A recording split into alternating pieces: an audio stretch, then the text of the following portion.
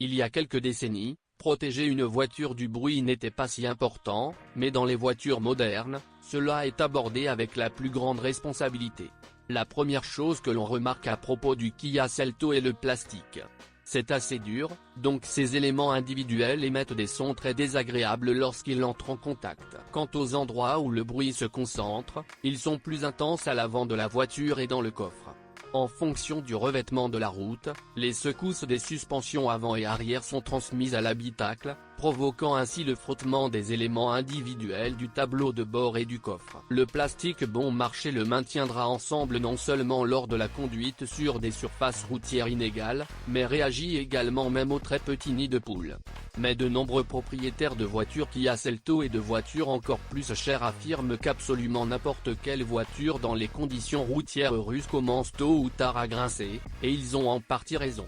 Même un Schumka idéal ne permet pas d'obtenir un effet maximal si la voiture roule presque toujours sur de mauvaises routes. Nous devons donc fermer les yeux sur ce problème et prétendre qu'il n'existe pas du tout.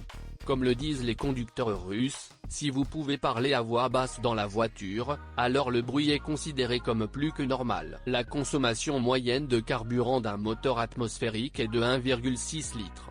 Fait 8 litres. Ceci à condition que la voiture soit équipée d'une transmission automatique. Quant à la version turbine 1,6 litres, sa consommation est légèrement inférieure, 6,8 litres.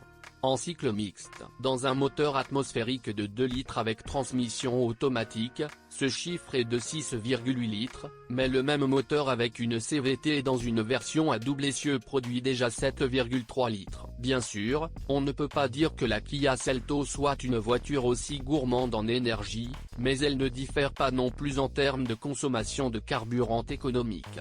La seule chose qui peut nous plaire, c'est le fait que le crossover se sent bien lorsqu'il roule avec de l'essence 92. Quant aux options de transmission, il devient clair que plus elle est raide, plus la voiture consomme de carburant.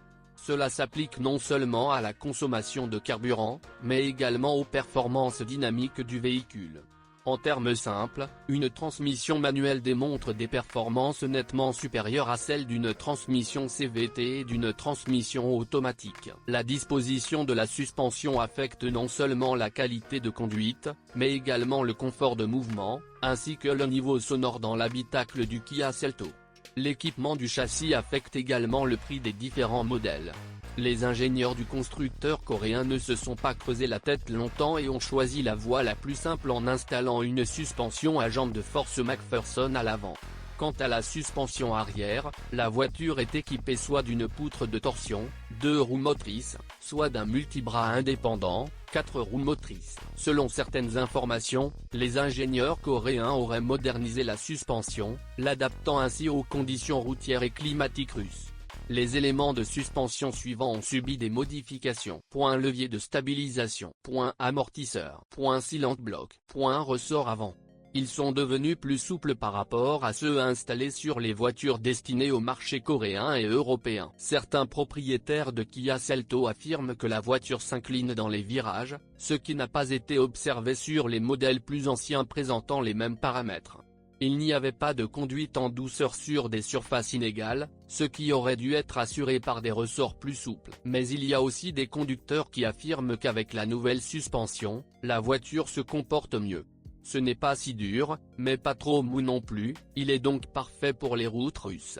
Une suspension trop rigide entraîne tôt ou tard un relâchement de certains éléments structurels, tandis qu'une suspension molle entraîne une perte de contrôle du véhicule. Dans l'ensemble, la Kia Selto ne peut pas être qualifiée de voiture confortable, quelle que soit la manière et l'endroit où elle est utilisée.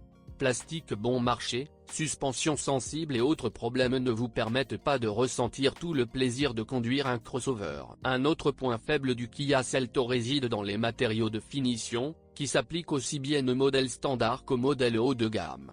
Toutes les finitions ont l'air bon marché. Seul le volant est agréable, mais il vaut mieux ne pas toucher au tableau de bord. Pour la configuration de base, c'est normal, mais vous ne vous attendez pas à voir cela dans les modèles haut de gamme. Beaucoup de gens ne sont pas satisfaits du design des portes, ni des joints, qui semblent très économiques. Les seuils se salissent rapidement, c'est pourquoi les pantalons sales du conducteur et des passagers sont courants. Ce problème n'est pas si critique si vous achetez une version bon marché, mais pour un package riche, il est impardonnable. Compte tenu des faiblesses du Kia Selto, on ne peut manquer de mentionner la CVT sur le groupe motopropulseur de 2 litres, qui est déjà devenu un problème pour les automobilistes russes. En Russie, les voitures équipées d'une CVT ne sont pas encore souvent achetées, pensant qu'elles dureront au maximum 100 000 km. Dans le cas d'un style de conduite agressif ou dans des conditions de conduite difficiles, on remarque que l'électronique tente de protéger au maximum la boîte de vitesse. D'une part, c'est bien, mais les crossovers sont souvent achetés pour voyager sur des terrains accidentés, ce qui pose déjà problème. Kia Selto et la conduite tout-terrain ne sont pas des concepts entièrement compatibles, mais si la voiture est conduite en ville et sur des routes de haute qualité, vous pouvez vraiment prendre plaisir à la conduire. De plus, la CVT permet d'économiser du carburant. Une telle boîte ne peut pas être qualifiée de mauvaise, mais nous parlons seulement du fait qu'elle peut dissuader de nombreuses personnes de l'acheter. De nombreux utilisateurs du forum affirment inlassablement que la voiture est bien équipée pour son argent.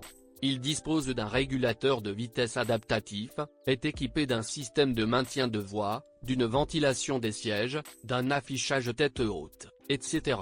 Mais la plupart d'entre eux n'ont pas pris la peine de tout savoir plus précisément, puisque cela n'existe même pas dans la catégorie. Cet équipement est disponible exclusivement dans la version haut de gamme du Selto, ce qui en fait un concurrent de voitures telles que RAV4, Arcana, Tigran, CX5. D'autres questions se posent donc ici. Par exemple, pourquoi la Kia Selto n'a-t-elle qu'une climatisation à zone unique? Pourquoi le conducteur n'a-t-il qu'une vitre automatique? Pourquoi le coffre électrique n'est-il pas équipé d'un entraînement électrique? En fait, c'est bien plus important que le système de maintien de voie et le régulateur de vitesse adaptatif. De plus, l'infrastructure routière de la Fédération de Russie n'est pas suffisamment développée pour que tout cela fonctionne comme il se doit. La version supérieure de Selto contient de nombreux jouets sympas, mais elle n'en a pas vraiment d'utile. Les points forts des différents modèles sont interdépendants, puisque leur manifestation apparaît progressivement, passant de l'un à l'autre. La manifestation des inconvénients et des avantages se produit exactement de la même manière. Un inconvénient du Kia Selto est une conséquence d'autres pathologies. Il faut donc les considérer sous différents angles. Pour certains, un moins peut devenir un avantage, et pour d'autres, vice-versa.